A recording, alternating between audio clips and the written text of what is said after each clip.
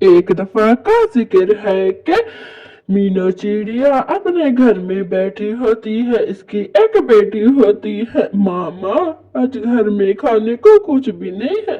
माँ, हमें बहुत भूख लगी है, 2 दिन खाना नहीं खाया। अरे बेटा, मैं आप नाराज ना हो, मैं आप जाती हूँ और कहीं ना कहीं से खाना ढूंढ के आती हूँ।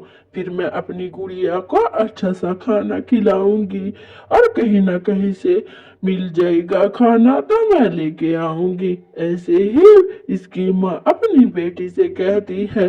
बड़ी ही गरीब होती है। तो ऐसे ही फिर मीनू चिड़िया अपनी बेटी को कहती है, बेटा घर में रहना, इधर उधर कहीं नहीं जाना। बेटा, बहुत सारे पंछी घूम रहे हैं जो कि आपको खा जाएंगे। मैं जा रही हूँ दाना लेने के लिए। ऐसे ही टूनी चिड़िया चली जा।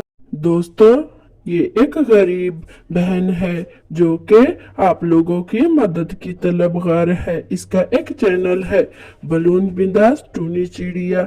आप लोगों से विनती करती है कि उसको फॉलो करें। फिर टूनी चिड़िया अपने जंगल से चली जाती है और अंधेरा बहुत है। हाय हाय, ये अंधेरे में कहाँ आ गई हूँ? मुझे तो कोई और जंगल लग रहा है। अरे, मैं अपनी बेटी के लिए भूख के मारे कहाँ कहाँ भटक के आई हूँ। ऐसे ही भी ढूंढी चिड़िया इस पेड़ के अंदर कह रही होती है। तो फिर इसको पेड़ से एक आवाज आती है जो कि इस गरीब चिड़िया की मदद करता है। अरे, मेरा गरीब हूँ। अरे डूनी बहन, मैंने आपकी मजबूरी सुन ली है। फिर मैं आपकी मदद करूंगा। फिर आपका इस जंगल में स्वागत है। आप चली जाओ एक गुफा में। बहुत सारा सोना है, जितना चाहे ले लो। आपको कोई रोकेगा टोकेगा नहीं। ये गरीब पंछियों के लिए ये जंगल है, गरीबों की मदद करता है। अब जाकर ले लो। ऐसे ही इसको दरख्त कहता है। फिर ढूंढी चिड़िया इसकी गौर से बातें सुनती है और इसका शुक्रिया अदा करती है। फिर ढूंढी चिड़िया इस दरख्त से बहुत ज्यादा खुश हो जाती है। अरे, आज तो हमारा पेट ही भर जाएगा।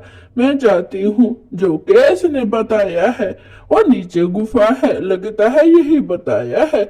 ऐसे ही ढूंढी चिड़िया चली जाती है।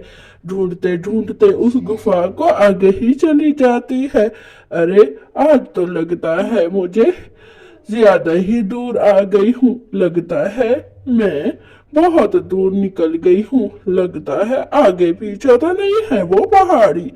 मुझे बहुत ज्यादा फिक्र हो रही है। ढूंढी चिड़िया ऐसे ही उस जंगल को पार करती रहती है, बड़ी ही हिम्मत से और लगन से। फिर ढूंढी चिड़िया आगे ही चली जाती है और उसको एक रोशनी नजर आती है। फिर बैठ जाती है, जो कि उसके बताए हुए पते पर आ जाती हूँ। ऐसे ही फिर ढूंढी चिड़िया सोचती रहती है, अरे मुझे क्या मिलेगा? हाय, मुझे क्या मिलेगा? फिर ढूंढी चिड़िया ऐसे बातें सोचती रहती है।